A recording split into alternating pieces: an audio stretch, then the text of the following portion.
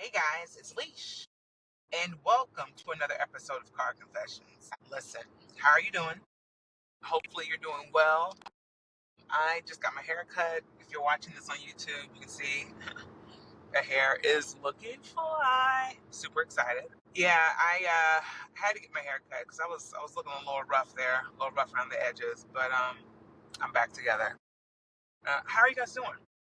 How are you faring in all of this wildness that we are living through?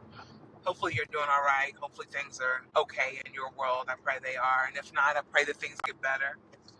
Um, because it's just a wild time to be alive, period. Seriously. Like it's just a crazy, crazy time. Like, what's going on in the world? Like literally what is going on I feel like there's just so many things. And at the same time, nothing at all.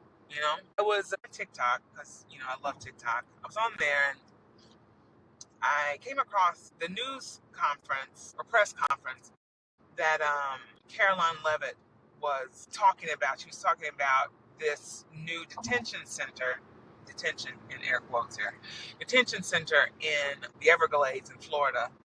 And I can't think of the actual formal name offhand, but they call it Alligator Alcatraz. That's the nickname that they've offered to this place. And the reason why they call it Alligator Alcatraz is because where it's located, there are tons of alligators. I mean, it's the Everglades. And if you know anything about the Everglades, there's alligators, there's snakes, all kinds of crazy, stuff like that in the area. Excuse me.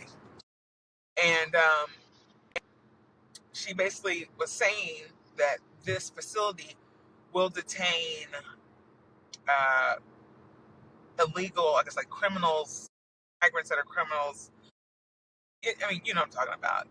And it'll house I think, up to, or if not more than 5,000 people, maybe up to 5,000 individuals. It'll house that many people. One way in, one road that goes in, and then she had the nerve to say, and basically the way out is one flight out. So you're being flown out to wherever you're being deported to, which is wild to me. I thought I had lost you guys. Did I lose you guys? No, I'm still here. Um, so yeah, wild to hear. As I'm listening to her talk about this, y'all, it was wild because the amount of joy that was in her voice was sickening. Like it was just wild. And the thing is, when I was looking at this clip that was on TikTok, you go to the comments. At least I do. I love looking at the comments. I love seeing what people say. And someone was just like, I am sick to my stomach, right? With how happy she sounds about announcing this, right?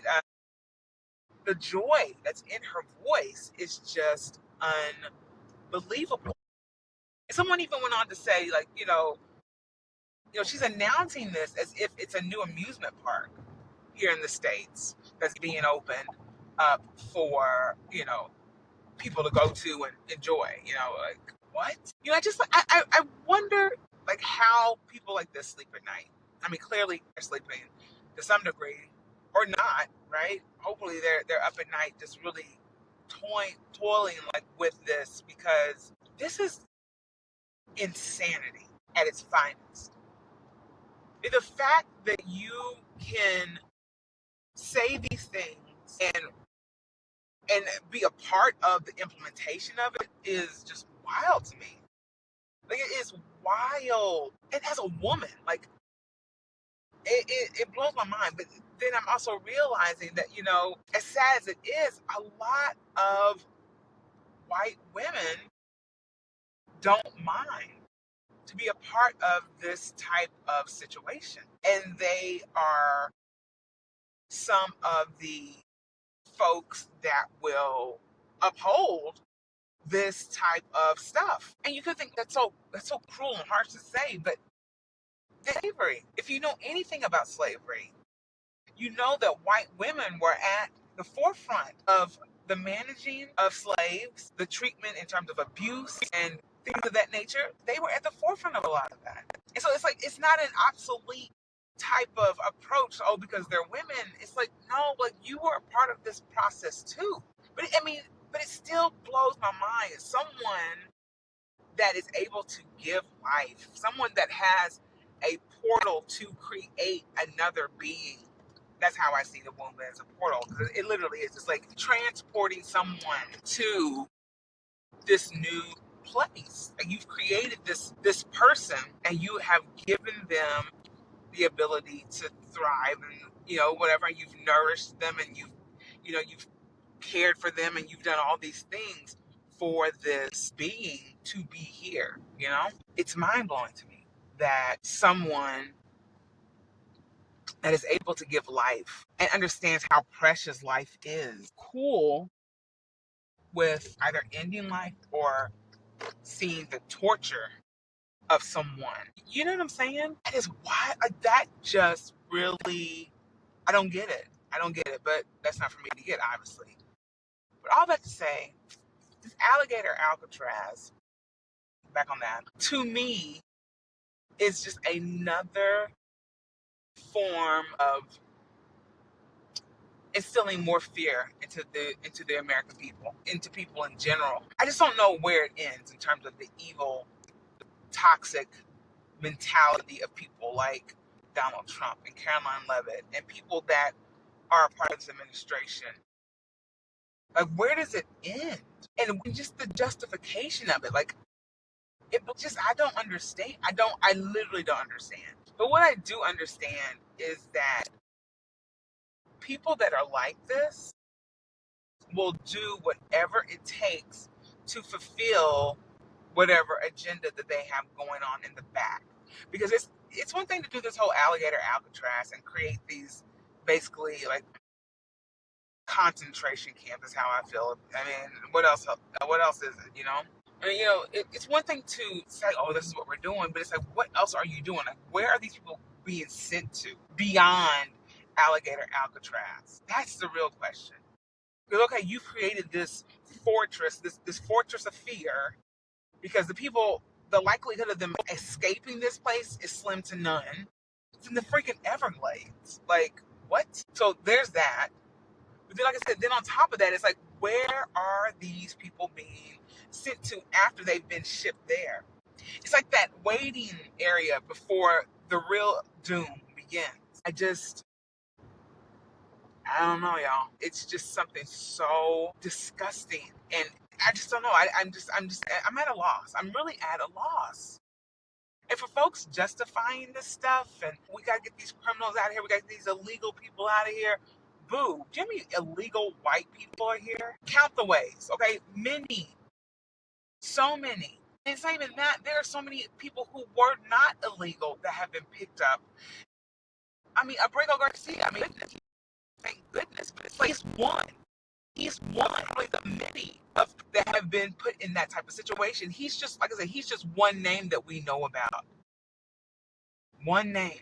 There's so many more. So many more. And I'm at a point now where it's like I'm so frustrated with white America and white folks in general across the diaspora, because it's a thing where black folks in particular have been screaming basically into a vacuum for years on end that you need to do something, because if you don't do something now, it may not be today, it may not be tomorrow, it may not be in the next 20 years, but trust me, I'm talking about back then, it's going to hit you at some point.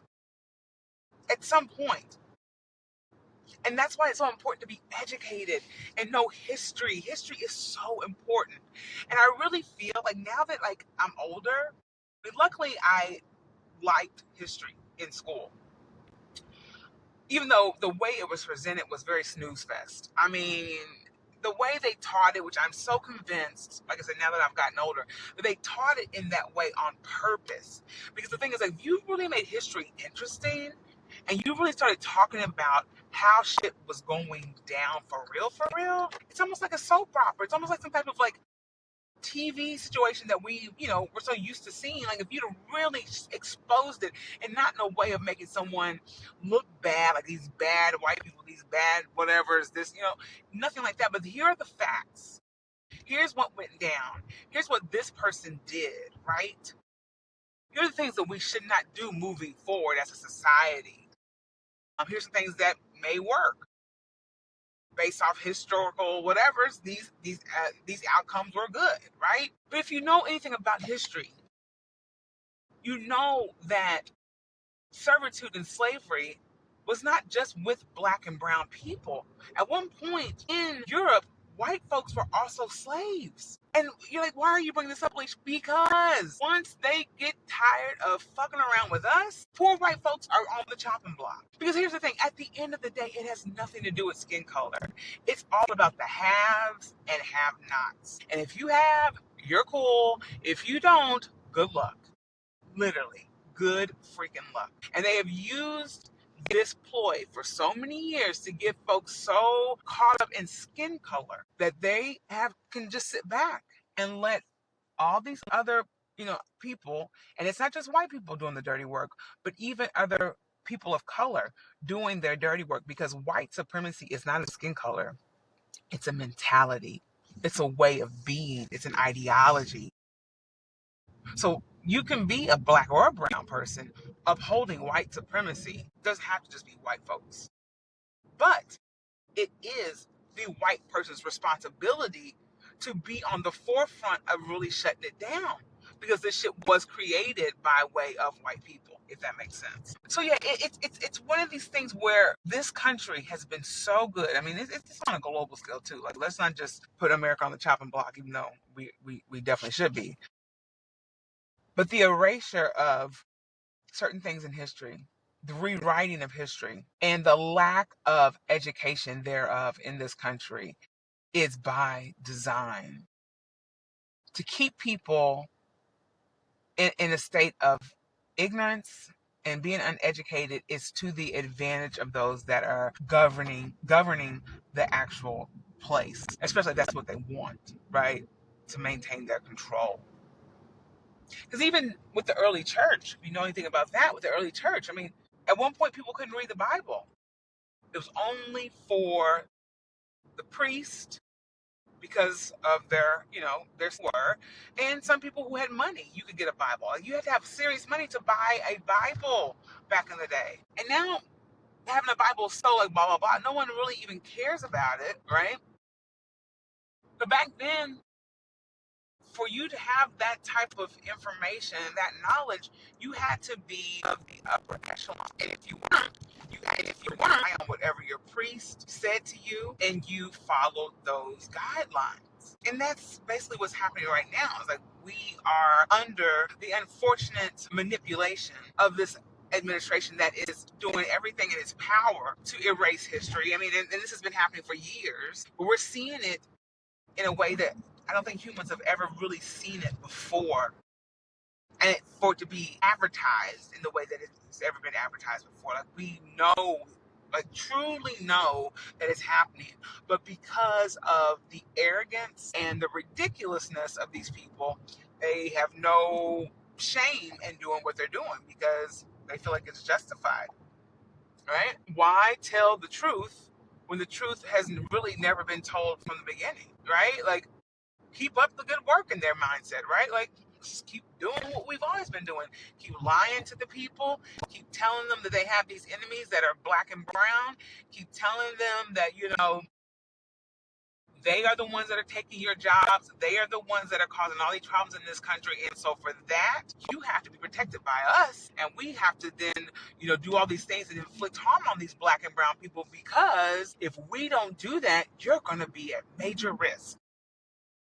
And some of these fools truly fall for it. Made a post similar to what I'm talking about the whole Alligator Alcatraz on TikTok. And somebody had the nerve to say they should make more. Basically, they should make more of these Alligator Alcatraz detention centers. I thought, wow. And I said to them, I was like, it's a shame.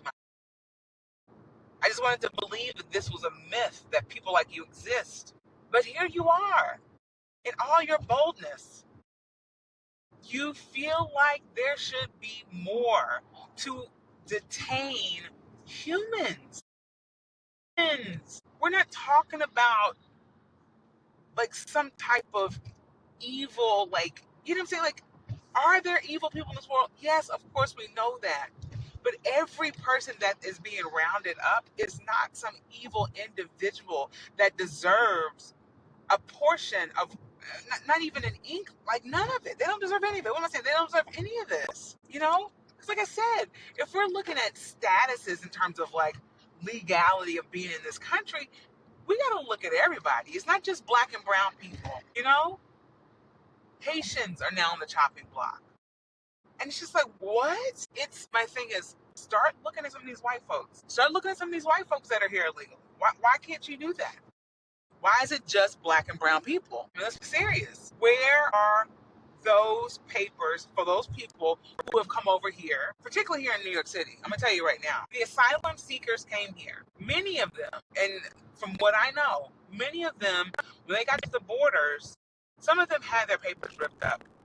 Not that this means anything. Not that this means, because eventually they got their paperwork adjusted and everything when they got here. But all that, I mean, that was a total rant. The point of it is, many of these folks that came here during the asylum, when we were housing a lot of people in the hotels here, because I worked those clinics, nurse practitioner, so I worked the clinics. I provided care to the pediatric population of those asylum seekers. And it wasn't just black and brown folks that were coming over. We had folks from Russia. We had folks from Turkey. We had folks from just different, I'm trying to think offhand, places where we would categorize these folks as white people coming in for asylum seeking as well. And I guarantee none of these people are being threatened or anything at all. And if I'm wrong, let me know. But more times than not, I don't think I am. I don't think I am. And so when we look at this and we really scale back on this and understand what is really going on, it is the erasure of black and brown people on this land. And this has been the thing that's been happening since the beginning of time. And my thing is like, okay, say you succeed. Like I said, say you succeed. Where do the labor is going to come from after they have succeeded, in air quotes, their ethnic cleansing of the United States of America or any other part of the world, because it's happening all over the world, FYI. Who do you think is in line to manage all this? To not so much manage, but to do all the hard work? Poor white folks. That's who's going to be next in line to manage and navigate and make sure that these folks who don't want to do shit. Because here's the thing. The idea that anyone would even come out of their mouth to say that black folks, especially black folks who are from chattel slavery, ancestors are from chattel slavery, to ever say that we were lazy folks is hilarious. Because we worked, we created, we built everything for the most part in this country for free, and white folks were sitting around for the most part chilling and reaping the benefits. Was every white person in that position? No, because there were some poor white folks here, but they were used to uphold the ideas of slavery. They were workers in the sense of like managing the slaves, supervising the slaves. That's where we get our actual work ethic and our work ideologies from to this day. We have managers, we have supervisors, we have basically an overseer. That's where all that shit comes from. So that's a whole other story. But yeah, we have been the hardest working people ever. And to think that you're willing to get rid of us because you feel like you're superior is crazy to me. I mean, it's crazy. But whatever. I pray that that this, and I don't think it's not gonna go that far. I mean, if I'm wrong, I'm wrong, right? But I don't think it's gonna go that far. But it just speaks to how sick and twisted folks are in terms of their mentality and their thoughts about other human beings. And I said this in my TikTok post, like, these folks that think and feel this way, their day is coming. Their day is coming. And that's the thing about God. I totally believe. I'm not a religious person, but I definitely believe in God, and I believe that karma and things of that nature are. I don't know when their day is coming. I hope I'm alive to see that day. But when it does come, God bless. God bless. Because you have reigned in terror for so long, for so long. And I feel like it's time. Like it is time. It's just a matter of time. It's a matter of time. And for that too, I say don't be discouraged. Don't allow this fear to take over. Do your best to keep raising your voice about all this ridiculousness and be the change. Work on yourself. Work on your biases and the things that how you think and feel. Work on you to be a better person and call out this stuff as well. Work on you. Work on how you think and feel. Because like I said, it's a matter of time before all this stuff comes to a head, and I'm looking forward to it because I think about my mother. I think about all of my elders that have gone on and the hard work and the things they would tell me about growing up as a black person in this country. And I'm just like, I want to see that justice that they so deserve. And if it's not me, maybe my daughter. I don't know. But it's coming. I feel it. I feel it. I feel that change. But we have to do the work. We have to do the work. We have to start calling folks out. And it's not just us black and brown folks. White people, y'all need to step it up. I mean, listen, y'all have done a few little marches here and there, but listen, this is like a segment, a little small segment in the grand scheme of things. Keep getting out there. Keep getting out there. Because like I said, at the end of the day, it's not just going to be us. It's going to be y'all too at some point. Like I said, I don't know when. Listen. And you shouldn't just do it because you're afraid that you're going to be next. You should do it because we are all humans and we all deserve to live well and thrive while we're here on earth. No one's going to take anything away from you. This whole scarcity mindset that like, oh, black and brown folks are going to take. Get your ass out there in one of these fields and start picking oranges and, whatever else, produce and all that. Get out there and see if that's what you really want to do. Seriously doubt it. Seriously doubt it. I'm not doing it. I'm not doing it. You know what I'm saying? No one's taking anything from you. The lies that have been told to you, unfortunate, but I need you to think outside the box. Seriously. But yeah, change is coming. It's here. It's here. We just have to allow it to move through. I'm hopeful. I know that sounds crazy. I am hopeful. I am excited about what's happening in terms of the change. And the thing is, what's happening on the end of like headline news and all this stuff, they want you to believe a whole different story. They want you to stay in fear. Turn that damn TV off. Turn that damn TV off. It is nothing but a box of lies. You're not getting everything that you need in terms of the true information. Turn it off. Talk to people on the streets. Talk to people that are on the ground that see what's really going on. Dare I say, look at some other news sources. But yeah, turn that TV off. If you can't turn it off, like I said, find some news sources that are reliable because the fear is literally just that to keep you frozen so you will not try to create change. We are the power. Power to the people. I've been saying this for years. Power to the people. We have the power. But there's more of us than there are of them. Power to the people. All right, y'all. I'm home. I gotta give me something to eat. Get my life together. We're gonna be all right. I know it doesn't seem that way, but we will be all right. It breaks my heart that so many people are losing their lives and being harmed and things of that nature. It's hurtful. But I know in the end, things will turn around. We just have to keep fighting. We have to keep raising our voices, and we have to seek out the truth and not just be, like I was saying before, like those folks who didn't have access to a Bible, where they were just relying on the priest for all the information, or just someone who's just spewing all the information. They just trust that. Get outside of that mentality and look things up for yourself to make sure it's accurate. There's nothing wrong with that. There's nothing wrong with questioning anything. Because when you're not questioning things, you're just kind of falling in line and like doing this robotic type of lifestyle. Question it. Get outside of the matrix and really see what's going on. I love y'all. And like I always say, let's just keep on keeping on. Hey, and I'll see y'all next week. All right.